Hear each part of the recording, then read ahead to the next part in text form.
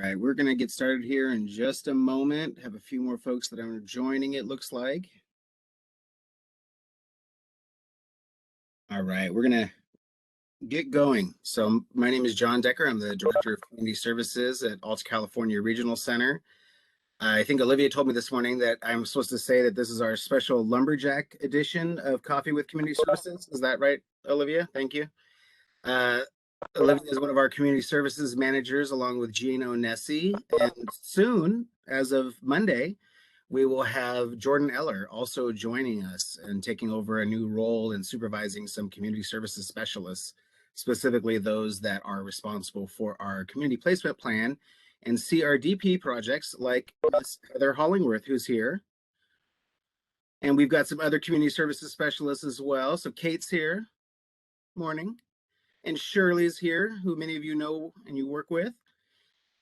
All right, so as I mentioned, we're going to get rolling here. And first, I want to start off with just sharing, there was a message that went out to our service providers earlier this week that we have now inaugurated our I guess, Yvonne, we should say that this is in regard to you. The recordings of our Coffee with Community Services are now finally on our website. So I'm going to share my screen real quick and let folks know where they can find these if they are looking for them. I know a link went out to people so that you'd be able to see real easily. But if you go to our homepage here, let's see if I can do this correctly the first time.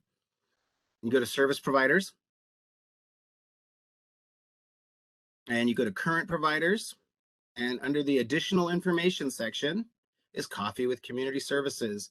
If you type in Coffee with Community Services, you'll be able to see the it'll immediately come up in our chat box. And then if you look, you will see that the previous ones that we've recorded are here in our on our website. So we're going to continue to do that. We'll be posting the old ones. We recognize that folks aren't able always to participate on Fridays, especially Fridays before a holiday. So we'll be looking at getting those on there for folks. Also, wanted to share a few more things. The COVID numbers, we're going to talk about the DDS rate study meeting that occurred this week. Hopefully a number of folks were able to participate in that. We're going to talk about the Regional Center Measures work group that also occurred this week. We're going to discuss the upcoming EVV work group meeting that's going to be happening, and that's the electronic visit verification. We're going to give an update on all of the fun happenings at our board meeting last night. See, this is the benefit of coming to Coffee with Community Services. You get an early preview of information about the regional center. What's approved in our 2022 performance contract, with the Department of Developmental Services. So we'll go over the board meeting items that came up. We'll talk about the vaccine readiness survey that we put out for folks and what has become of those survey responses. And then we will also talk briefly about the SLS survey that we put out, and we will talk about any other vaccine mandate issues that folks have.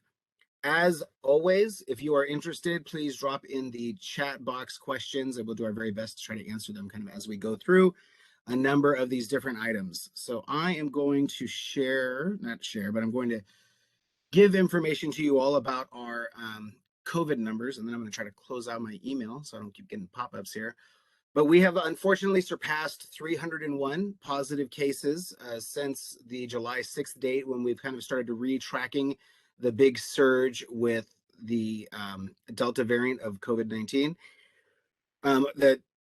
Right now, we currently have 2 clients in the hospital. One of them was just recently released. We're very pleased with that. We've got 107 positive DSPs that have been reported, along with 1 death. Last week, we reported that there has been 7 client deaths, and we are still at 7. There has not been any more this week. Thank goodness. We've had 19 positive Alta staff, which is an increase of about 1 a week over the last 4 months. And then we have had 2 COVID-related deaths of Alta staff as well. We this week have had, usually 1 to 2 cases reported. We were very happy yesterday because there was no new cases of COVID that are reported. And so we're really hoping that obviously is kind of a trend that will continue, but we're certainly watching it very closely. And I say all of that because we are certainly hearing from our residential service providers across different realms, whether it's supported living agencies, whether it's family home agencies, whether it's residential service providers that run, community care licensed homes, that, not having the in-person day program option for clients is just continuing to be such a barrier in being able to, retain the staff because of, overwork issues that are occurring. So again, I would love to be able to say, hey, alternative services are going to end per se on this date. Right now, I think the question is, when are we going to hear that it's going to go beyond, like officially beyond December 31st? So I know our chief financial officer, Iqbal, and I both have a meeting with the Department of Developmental Services this afternoon. There's going to be a big meeting, obviously, about the rate methodologies and the discussions about that. But then also, I know both the community services directors and the chief financial officers of the regional center are just wanting to get a little bit more clarification about the extension of the alternative services. So again, the any information that we get in a meeting like that certainly is brought back to our service providers so that you're aware of what the department has indicated. I have heard it said that it has already been, it's already going past that, and don't worry about it, but I haven't heard it exactly myself. I haven't seen it in writing anywhere, and so I feel a little leery about giving you guys that type of direction until like I just see something a little bit more official looking. But hopefully we'll have something a little bit more today. So what I want to do now is I'm going to go ahead and share my screen as I typically do with information from the Department of Developmental Services website, and give you guys an update. So gosh, when was it? It was probably a month or two ago. We heard from Michelle Ramirez about the calendar that is available on the front page of DDS's website. And so Olivia and I were kind of going through it a little bit this morning because we were looking at, what's the best way. We want to be able to communicate these things to you guys really well. Like, where is the one-stop shop where we can find these things? A lot of our service providers are already signed up for updates from DDS, and there's places on on DDS's website where you guys can sign up to receive those updates. But this calendar function that they have here is pretty cool. And so the view that I like is to take a look at the monthly calendar. And so with the monthly calendar, you can see kind of what you've got coming up ahead. I hope you guys can see this well with the screen I'm sharing. So what we liked about it was, Olivia and I both, it's kind of tough sometimes because again, there's so much that comes out via email, and it's just tough to keep track of it sometimes. And I think once tried to talk to you guys about an electronic verification stakeholder meeting that had actually occurred like a month beforehand. So again, there's just so many of these things going on. Having this all in one place is really helpful. So I don't know if anyone had an opportunity to participate in the regional center's measures work group meeting that occurred on the 17th. If you do, that would be great if you guys would just drop it in the chat like, hey, I was able to participate in that, because it would be much better probably to hear from someone that was in the meeting than myself. But I just want to share how you can get these materials this way as well, is rather than going through like the initiatives and going through that way, you can just click right here on the upcoming meeting, and then they have a link to where you can find the information. So I was not able to attend the meeting on the 17th, but now because I went on the calendar, I can pull up the presentation really easily. And you can see that I was already looking at it with Olivia earlier. So Regional Center Performance Measure Work Group, and then you can see the PowerPoint presentation that's there as well. With a number of these different work groups, as there sometimes we'll do a recording too, so that you can view the recording that's gone on. And I just want to continue to share with folks just how important it is to stay connected right now while things are changing kind of so rapidly at a statewide level. And so I would ask, was anyone able to participate in this work group meeting, or listen in on this work group meeting? And did anyone have anything that they were interested in sharing? If you do, you're welcome to unmute yourself, because I was not able to attend it. We really were just kind of going over the background, and they outlined what you were showing just a second ago was The time frame? the time frame, which is very, very ambitious, but that was really it. I think there's going to be more subgroups and working groups coming. And the stuff I'm putting in chat, just so that you know, is there's an EVV meeting today that I just found out about yesterday. So you mentioned EVV, so that's what this is about in chat. If anybody can get on that today, it's a DHCS meeting. So sorry. Okay. Sorry. So we have the upcoming one that is on November 30th, put on by DDS, and then there sounds like there's one that is today, put on by Department of Healthcare Services, which are okay, very good. All right. Again, just want to encourage folks to get a look at these calendars. We certainly know that not all of these meetings are like super in advance, the notice for them. Like sometimes we only hear about them like a week in advance. But for example, the next regional center measures work group meeting is already on there. So and again, these are all at this point now public meetings. It's not like we're all sitting around a conference room at DDS anymore. So this is, I think, just something that we want to encourage folks to be mindful of, that it exists out there. So let's see, we had the regional center measures, and then we had the upcoming EVV, electronic visit verification. Someone described it as like the implementation of electronic verification went at 15 miles per hour for several years and is now at 100 miles per hour. And again, for each of you service providers having to look at getting it implemented, sitting in these meetings and hearing about it, I think is going to be certainly helpful. I know we do not have a provider advisory committee meeting in the month of December, but I wonder if January, since we're looking at the EVV rollout, that maybe that might be a agenda topic of, kind of consideration for our, and Michelle and Eric are the ones that work, set the agenda items like that. But that might be something that our providers are interested in hearing an update on with all these, stakeholder meetings that have occurred, recently too. So I could certainly make myself available to talk a little bit more about it as well by then. Maybe I'll have it all figured out by, was it probably January 10th or around there, whenever the next provider advisory committee meeting is. Yeah, I'll put it on the agenda for, what is it? Let's see. Next PAC meeting is January? the 13th of January. So, yeah. Cool. Thank you very much.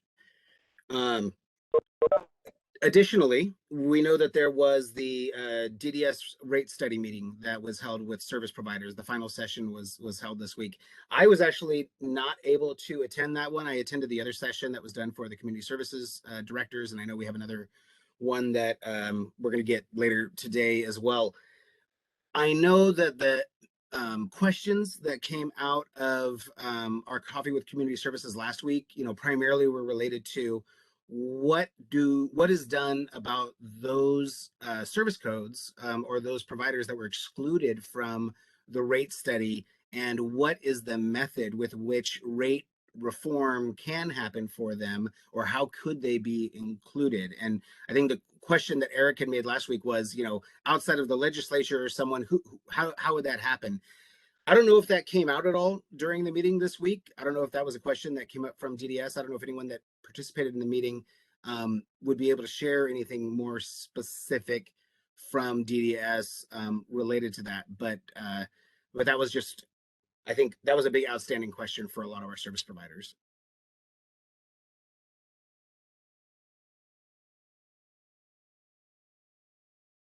Anyone that participated? Oh, all right. No, it did not come up, but Michelle's got the slides from the presentation, and I wonder if they are on DDS's website too. They might be. Yeah, I don't know how to attach documents here, if I can even. But... Control V. Oh, really? Yeah. Okay, hold on. Trust me, someone taught me that. That is not something I knew on my own. That's not the way. It's not the way my mind works. I'm trying to find the link to it on DDS's website about the presentation that they did. I know I've shared the regional center's presentation last week, but I was in the first one, and they just said that those were not included or currently not included, but they did not speak on it anymore. Okay, so it sounds like that may be an area that we're still trying to get additional clarification on for some of the different service codes, and we will wait and hear. Again, we've got a meeting later today. Community services directors, chief financial officers of the regional centers should get a little bit more information about it. I know that we did get some documents from DDS, that talk about the rate model implementation significantly more in depth than what was in the presentation. And so we need to make sure that this is not in draft form, but we'll work at trying to get that information released to you all as soon as we can too. We're just, again, trying to get get as much good information as possible before we start talking with you guys widely about it, because the last thing we want to do is get people thinking that they're going to be getting some type of increase that possibly doesn't happen. That would not be something that our regional center would be interested in. So it's already tough enough to do things. So again, we'll follow up with that and share a little bit more with you. So the next thing I was going to share and talk about was the board meeting.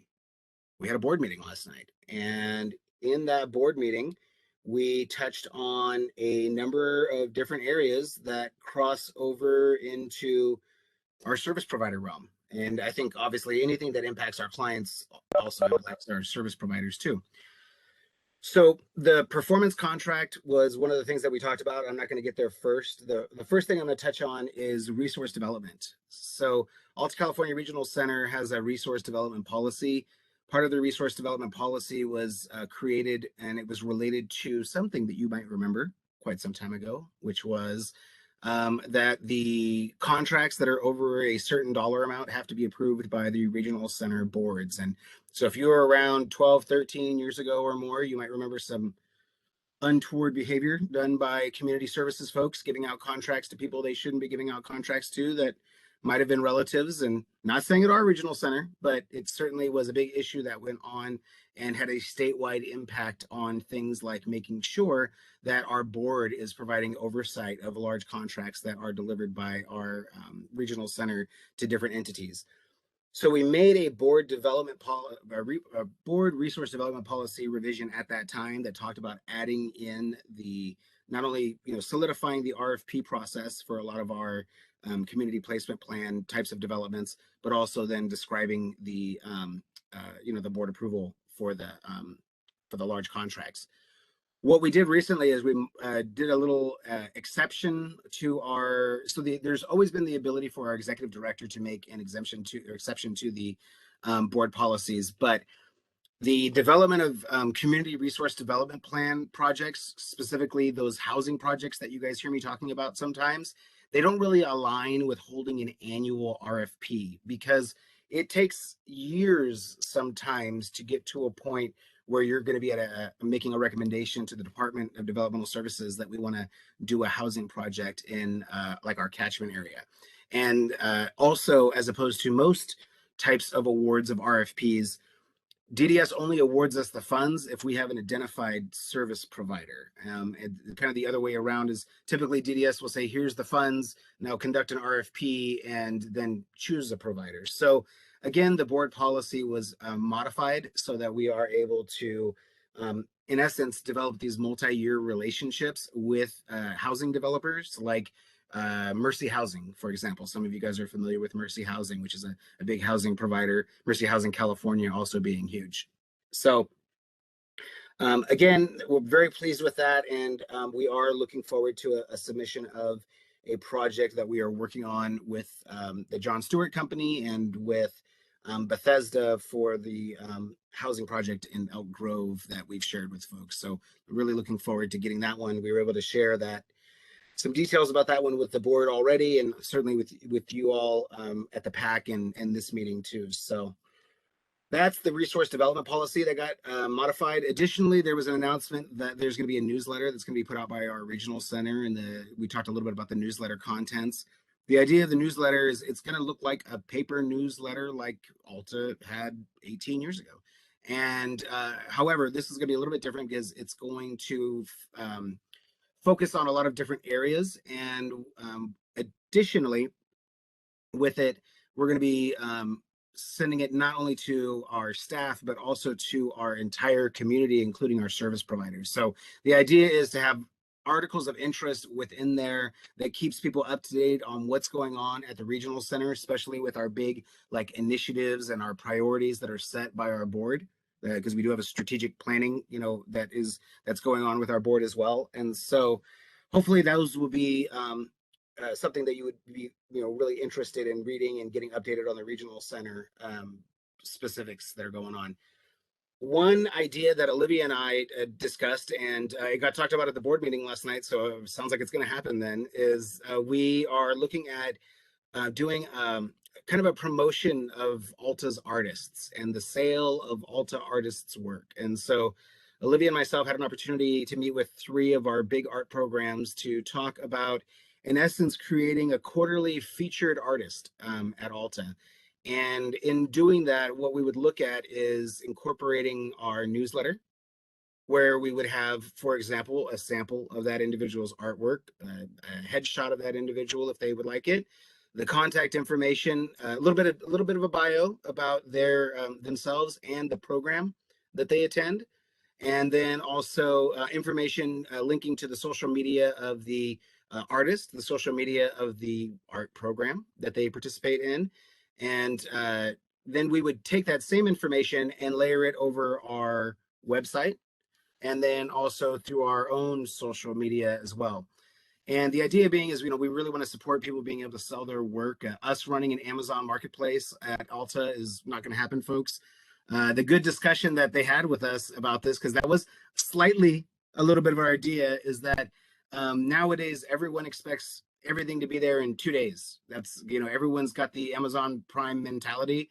We all remember when we used to order things and it would take like weeks to show up. Remember that, guys? Well, people apparently don't have the same type of tolerance for those types of things nowadays. So we think that this is a great way for us to still be able to support our programs, still be able to support obviously our client artists, and the idea being that we would rotate the responsibility of identifying a client artist amongst our programs. So this might be Southside Unlimited's turn first, and then it might be Neighborhood Center for the Arts next, for the next quarter. And again, just being able to do this on a quarterly basis and cross it over to, again, our social media and also our website itself. So we're looking forward to that. Zach is certainly looking forward to it, my assistant, because Zach's going to be the one that's putting our newsletter together. So this is the first time he's actually heard these words about this being included in it. So I think, again, being able to have some real good content like that and being able to focus the good work that's being done by our clients is, that should be first and foremost in what we do.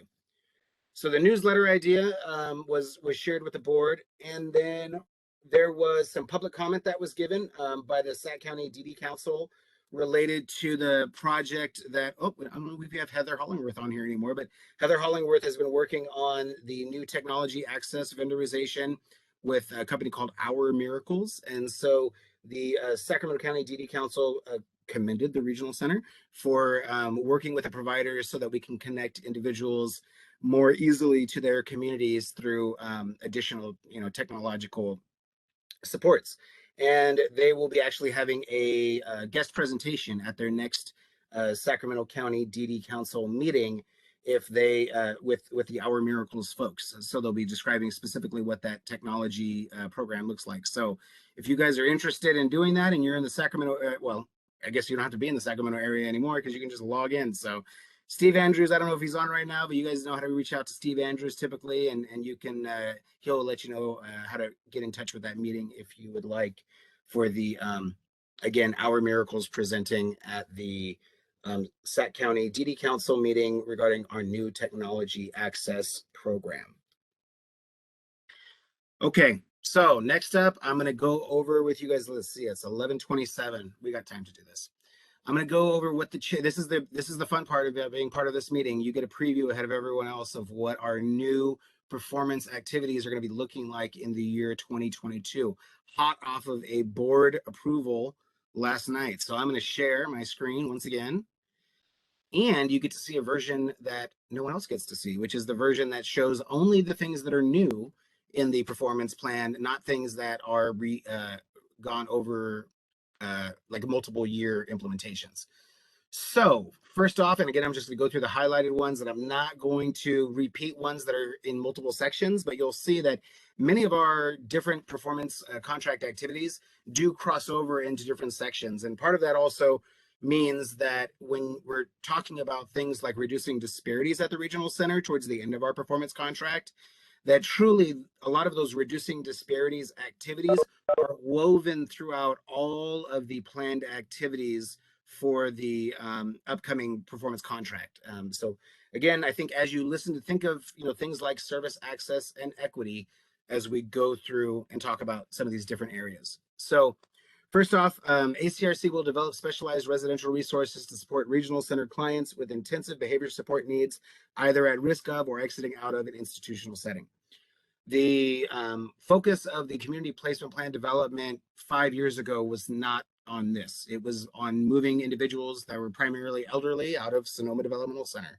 And so implement the 2021, 2022, 2022, 2023 ACRC community placement plans might be fine, but it's so broad, it doesn't even tell you what we're doing. So this gives you at least a little bit more information on what some of the more specific activities that we're looking at doing in 2022 are for the Community Resource Development Plan and CPP plans.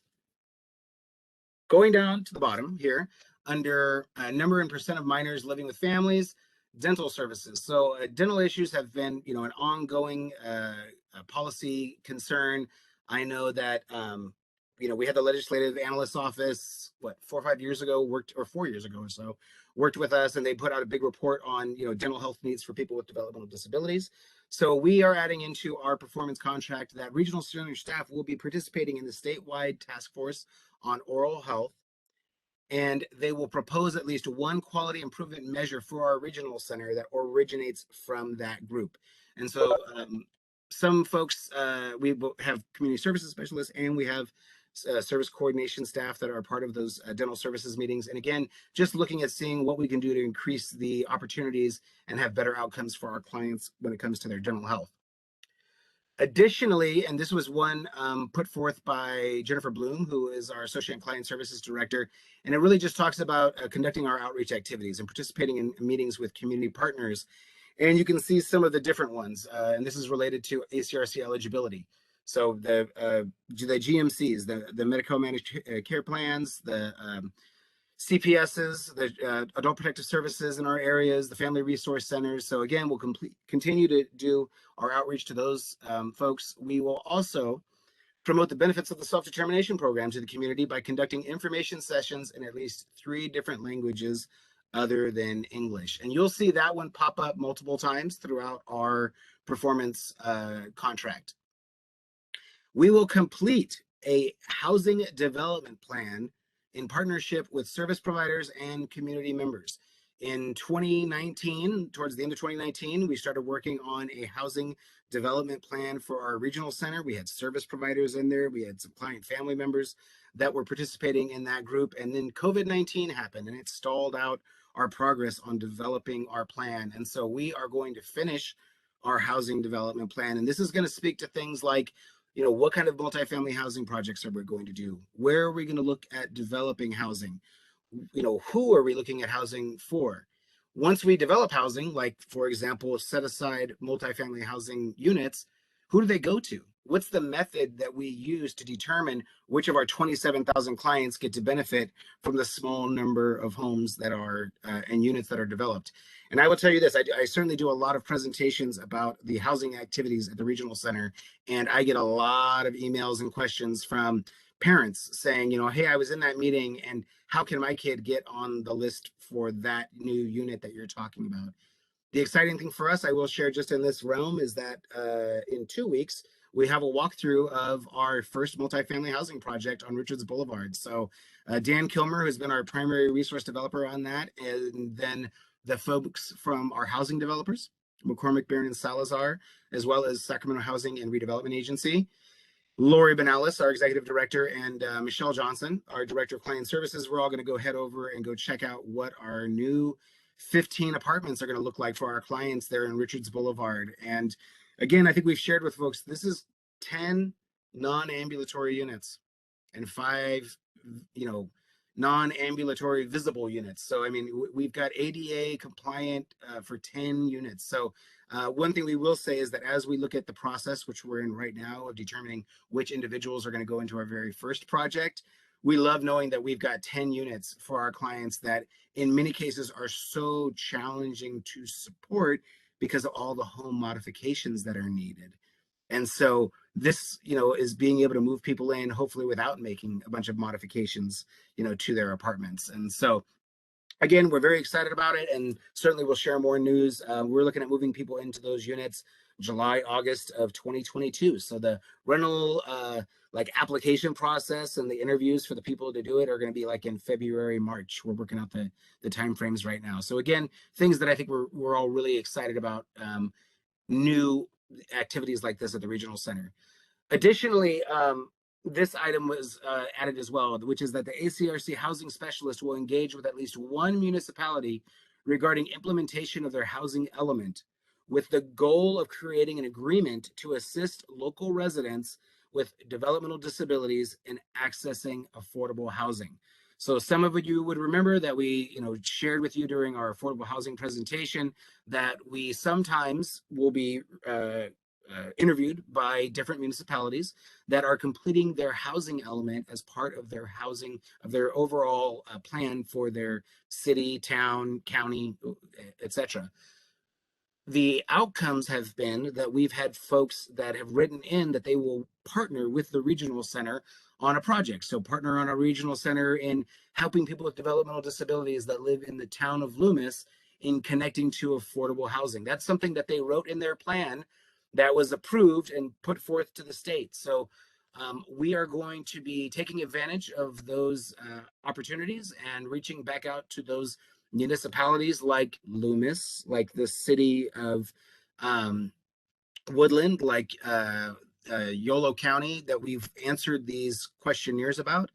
And again, hoping for anything that we can do to increase opportunities for access to affordable housing for our clients. Again, the conducting outreach activities was something that was, again, under this one as well, which is number and percent of adults living in home settings like independent living, supported living, family home agencies. I'm going to drop down to a lot of these are continuation of items that we've been working on, but we've got a few new ones on here. So this is related to employment, and you'll see some input from our provider advisory committee, and you'll see some input from our employment specialist and staff on these. So number and percentage of consumers aged 16 to 64 with earned income. The new one for this one is ACRC will engage in a social media / public relations campaign to highlight client employment in an effort to increase visibility and success of clients in the workplace, along with the benefits to employers. And ACRC will partner with one or more, So that was that one, and that one was put forth actually by our executive director, Lori Benalis. And the next one, ACRC will partner with one or more community colleges in our catchment area to develop and deliver training to, at minimum, service coordinators and in community meetings that we will host. The trainings are going to focus on successfully accessing community colleges. ACRC will conduct specific outreach activities to target Latinx community members for this training, and trainings will additionally be offered in Spanish. So again, this is based off of feedback, not something that was created solely by us, but during our strategic planning session, there was discussion about regional centers prioritizing access to higher education for individuals with developmental disabilities, that the young kids that went through ABA now are college age and older, and that are looking for these types of opportunities. In many cases, these young adults and adults don't have intellectual disabilities either. And so again, we really want to be able to talk about what kind of supports can be offered for individuals to be able to be successful at our local community colleges. So it's going to be partnering with one or more of our community colleges. We've got 8 in our catchment area to be able to put forth a program like this. This is my hope for a multi-year plan. I was telling Olivia a little bit earlier, I would love next November and December to be talking to you about the fact that we are going to be partnering with our service providers to do some trainings at community colleges to promote people working in the field of developmental disabilities. I love the idea of seeing if we could partner with you guys, partner with some of those career counselors that are over at the junior colleges and put on some trainings, whether we do them virtually, whether we record a video, whatever we end up doing. I would love for some enhanced outreach at that stage of people's careers, because there's also like a wide variety of things that you can do within the field of developmental disabilities. So I understand that there's responsibility that lies with like the education system and things like this related to this, but I feel like this is like some low hanging fruit. Like we can do this pretty relatively easily,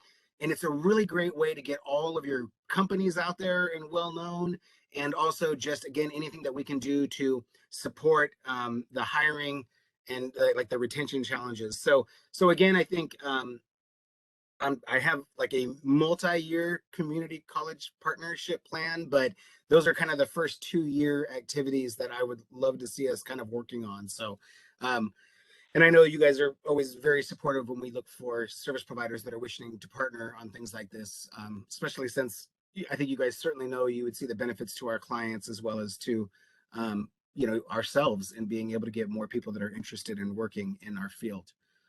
The next one that is put forth that is new is from Cindy, our employment specialist, which was to host a micro enterprise fair at ACRC for clients to showcase their micro businesses, arts and crafts. I know that's something that she's wanted to do. It's been a couple years now since we had our last big one show at Alta, and I know that everyone was able to buy so many Christmas presents. And so it would be fantastic for us to be able to do that again. And let's see here. Other new activities for Cindy. This one might look familiar because the next highlighted one came from our provider advisory committee. So if some there might be people on here that helped work on this one. So ACRC employment specialist will connect with at least one chamber of commerce or business organization in each of ACRC's counties to promote employment opportunities among our population. And just a little note that I added in here that for Sierra and Alpine County, we're going to assume that they're probably part of a regional business organization. They may not have their own for kind of the size of the counties. But that being said, the feedback that we directly received from the provider advisory committees was, the regional center needs to connect with the Chamber of Commerce's. You guys need to do that. And so that comes in as an idea to us, but then we also tie it to the other feedback we get, which is, it seems like sometimes the services end at the Sacramento County line.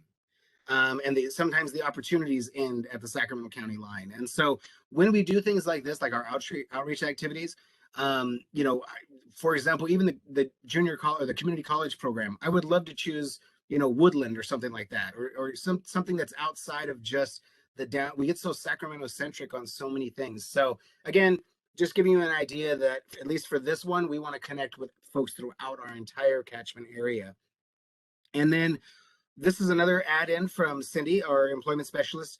ACRC employment specialist will work with at least one staffing agency who has connections to employers to share information about the paid internship program and how employers can take advantage of this program and collaborate with them to develop new paid internship programs. And so again, this is one that is related to increasing the paid internship program, and it's related to adults who were placed in competitive integrated employment after they did their paid internship program.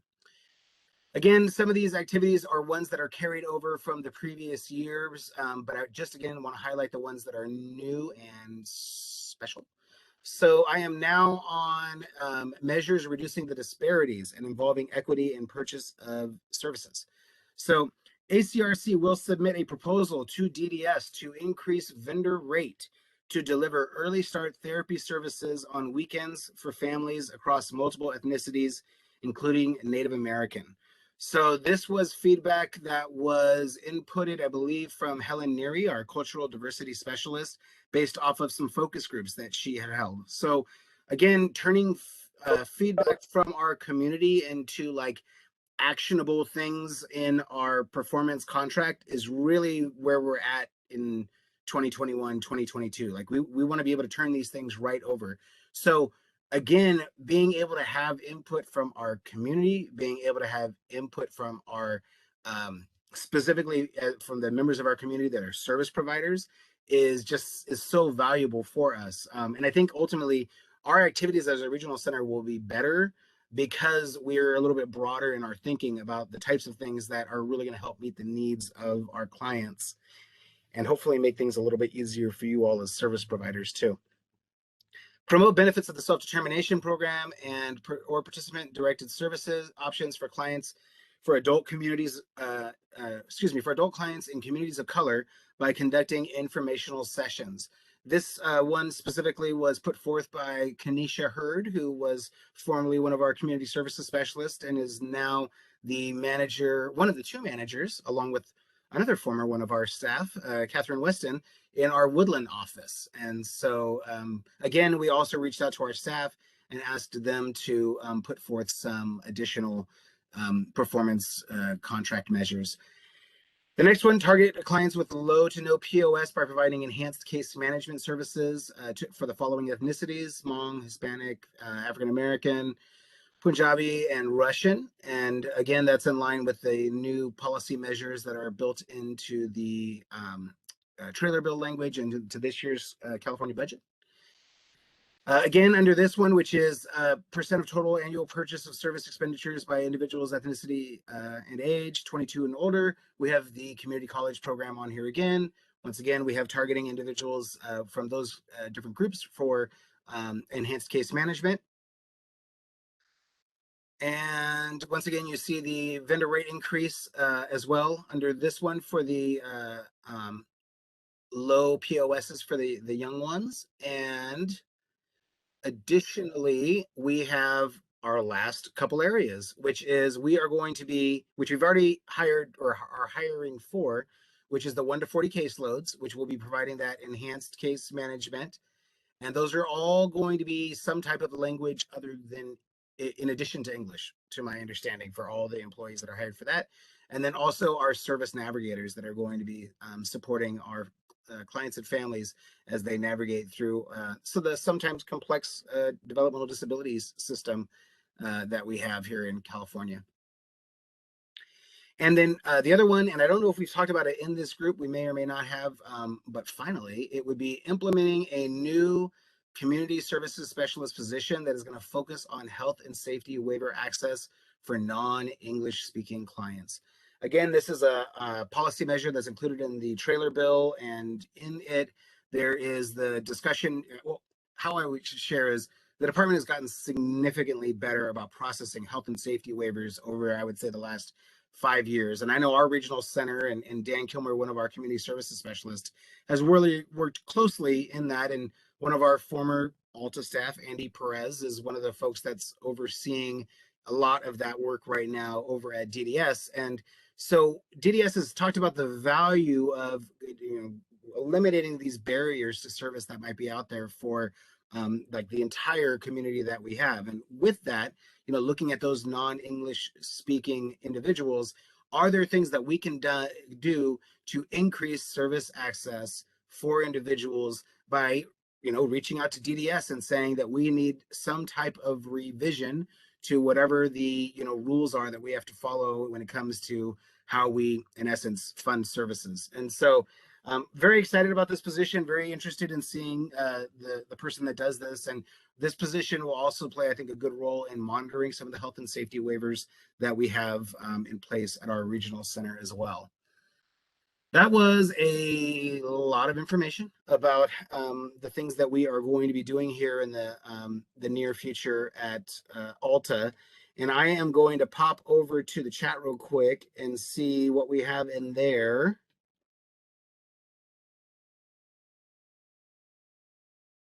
Let's see.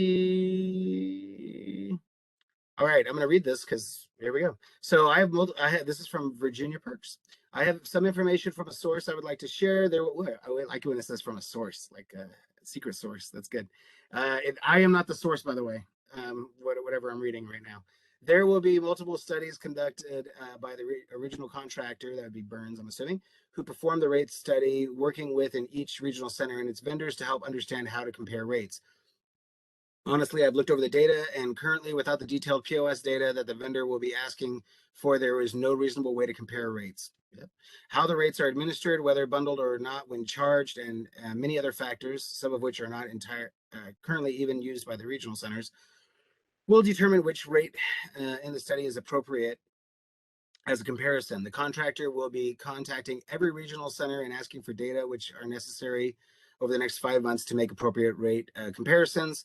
Also, the current rate study was done using $13 per hour minimum wage estimates, and now it must be updated using 15 per hour. Those new estimates will not even be available to the public. All right. Let's see. Oh, excuse me, that they will not be available to the public until April 2022 to be implemented. Yeah, right at that time too. Even a ballpark estimate of comparable rates is simply not possible. Other than a few basic rate changes for well-defined job titles, there's no possible way to estimate the total dollar amount for the first year implementation. I wish there was an easy answer, but there is not. I sat through the DDS webinar, and the overwhelming message was that the appropriate comparisons for all services and providers will require months to determine, even by the contractor who created the study. I'm happy to discuss this over phone or a Zoom meeting. And I'm a DSP as well as a parent of a son with DDIDD. I would like you to address day programs and traditional. Okay, so first, let me touch on that first comment then. So to touch on that first comment, we have, I think a good summary there, which is basically in line with what we had heard for the, from the community services directors meeting as well, with the timeframes that are going to be in place. Again, what it specifically looks like, it is right. There's a significant amount of work that needs to be done in a short period of time to make sure that this all gets implemented. And I'm very interested in hearing what DDS has to say this afternoon about how we're going to go about doing that. And then the final comment was that I'm a DSP as well as a parent of a son with DDIDD, and I would like you to address day programs and traditional services, alternative services, and the issue with folks not wanting to come into day programs with those who are not vaccinated. I realize we can't legally make any clients to have vaccines, but we need to address this and testing as well. Does the clients need to be at least tested before they come into the traditional day programs? I do not believe that there is any requirement for testing of clients before they enter into a traditional licensed day program.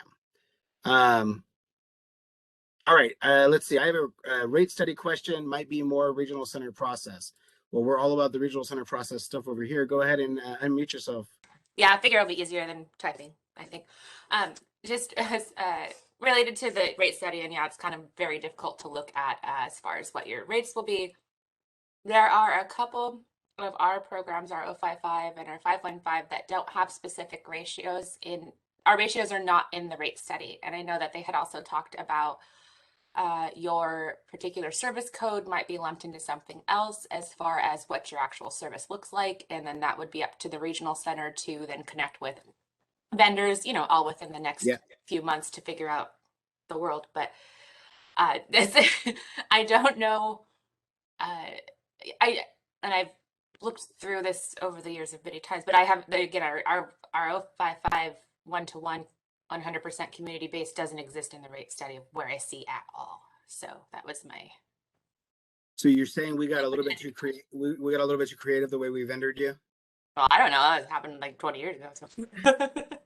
No, I think we're very HCBS forward, right? That's the thing. So the 055s, I think, is the big question for a lot of people, because there's there's some that look very different from one another. And so, yes, I mean, the only thing I can say to everyone is that, we recognize the challenge that is placed before us as the regional center, and that we are committed to doing everything within our powers to have this be as accurate as possible for you all, the first time. That being said, our percent that we control of this is a very, very small sliver of the pie. And so, again, how the information comes into us, what the expectations are, and yeah, there's a lot of activities that are required. And we talked about this previously, I think, when I shared the DDS PowerPoint, but you know, our community services specialists are going to have to be looking like really, really closely, and they're going to have to be communicating really, really closely with our service providers about some of this stuff, because we don't want to be making assumptions about things and sharing information and then end up being wrong. And so that's why, you know, we talked about, rather than being more of an accounting function, that we really want to get our specialists that know more about the vendorizations involved when it comes down to saying, oh, well, this is more like that community-based program. Oh no, this is more like, you know, I guess we'll call it a more of a site-based program like this. Because again, whether it's the 055s or some of our other service codes, there's some great variation, and we've had to do that because that's the only way that we could make these programs work over the years. And the reality is that if we still want these programs to work, we need to be mindful that it, you know, it takes the money to be able to do it. And, you know, 055 is a way that we've gone for a lot of programs to make things more individualized for people, like, you know, to make things more specialized, to give people opportunities to do things that, you know, you wouldn't have in some of the more larger congregate settings, for day activities. So I know for us, like, we might be standardizing things, but we can't lose, like, this can't be a sum loss for us at the end. Like, we have to be able a way to figure out that we maintain these programs that have been honestly like so effective over the years too. Like, you know, I might feel differently about it if we've had like a bunch of 055 programs that have just been like horribly underperforming, and oh my gosh, we made a mistake in doing it. But that hasn't been the case. Like, our providers have been coming through by utilizing this type of flexibility and delivering day programming. So uh, again, I can't do a forecast of exactly what it's going to look like. Just our commitment to be kind of as transparent with folks. And I mean, as this all goes on, we're going to be accountable to you guys every Friday for an hour, where you can ask us questions about what's happening during this, you know, rate model, you know, implementation. We're not going to stop having these discussions. So Okay, so you're committed to communicating with, because I know it's an option for the regional centers to come back to ask providers, and I know, yeah, 055 is sort of all over the place, crazy pants. But well, we could not have a commitment to it, but then we'd probably make a bunch of mistakes, and then that's we'd have to, it. and then we have to talk to you guys and fix them. And so I think just right up front, and again, that's also why we're talking about including the specialists that know a little bit more about the programs, as opposed to it being more of a fiscal matter. It really is a community services matter. So Yeah. And the 055 is is a decrease in there too, which is interesting. So oh yeah, yeah, and that certainly is, I think, a number of programs, you know, issues is some folks see the decreases that they may end up being subject to based off of however they're, you know, categorized. But you know, the date that we get the information in, you know, that next Friday, I'll be in a meeting with you guys. The date that we start working on it, I'll be in a meeting with you guys. So again, you know, it's going to be a lot of work between, you know, Olivia, Jean, Jordan will be starting, you know, again as a manager. It's going to be a lot by our specialists, but yeah, um again, we can't do this wrong for our providers, because also again, we can't have this idea like, oh, you should be expecting this, and then it ends up being less. Like, even that is, you know, I do not want that to be going on too. So other questions about the rate study or rate study implementation? Okay, real quickly, I just want to share with folks, I don't think we'll know exactly about the 055s until we get like all the final stuff from Burns. But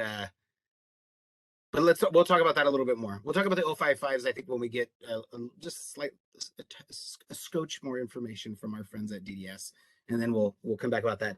The vaccine mandate readiness survey went out. I just want to thank everyone that filled out that survey. It was very well received by our service coordinators. And I'm just going to share my screen real quick so you can see what it looks like. So we put this survey out, and what we were able to do then is be able to create a list of service providers, and I've got the vendor numbers on here. I don't have your guys' names on here because I don't know, I don't feel like putting your names on and having everyone wondering how people answered. But regardless, this is a bunch of resources that we were able to give to our service coordinators, so that if they do have a service provider that's not going to be able to continue to provide services effective December 1st, whether it's because of the vaccine mandate or other challenges that are going on, you know, we've got folks that they can reach out to. And we also asked you to break it down by counties, so you know, they have the ability to be able to say, okay, well, you know, that's great that you do this, but I only need services in El Dorado County. So now we can look at just the ones that are going to serve El Dorado County, if that makes sense. So again, this is a spreadsheet that was provided to our service providers, and I just want to thank you guys for taking the time to fill it out so that we can have those resources made available to them. And the last survey I want to mention to folks or the last thing I want to mention to folks real quickly is that we did put out the supported living survey on Monday, and thus far we received 9 responses, and 4 of the 9 responses, excuse me. Yeah, 4 of the 9 were from single household SLS vendors, I think, or something like that. So, like, we know we have more than, I think, 5 other SLS agencies. And I'm not going to put folks out there about which ones I've heard from and which ones I haven't. But that being said, for folks that have not filled out the supported living survey, Carol Wilhelm is back on Monday. We're going to be getting together with Tracy Brown and take a look at kind of how all of the SLS agencies are doing. And if you're on this call, you've probably already filled it out. But if you haven't filled it out and you don't want to get a call from like me or Olivia or Carol or someone on Tuesday of next week asking what your answers are, pretty please fill it out so we can have it and we can use it as a resource for our staff in Carol's unit, and generally for a little bit of peace of mind for us, because I will tell you, I know that we saw 3 of the 9 responses said that they are in the process or have already begun giving notice to clients. So again, that was one of the questions that we asked, and that was something that we need to know from really all the companies where they're at with that. This is we're not going to do a day after thing. There is no Black Friday coffee with community services, folks. Go out and spend money on our economy, all that you would like. Please spend time with family and friends and things like that. Enjoy yourselves. Those of you that don't do residential care, that aren't required to do this 24/7. Try to take a little time on Thanksgiving. And for those of you that are required to provide those 24/7 supports to our clients, as always, you continue to have our appreciation, especially at the holiday times when you take time away from your own families to be able to be there for our clients and provide supports for them. So with that being said, that is the conclusion of our meeting today. Thank you all for participating. What do we end up with? Around 45? That's not bad the Friday before Thanksgiving. Take care, folks. And Virginia, thank you so much for your comments in the chat as well. Take care.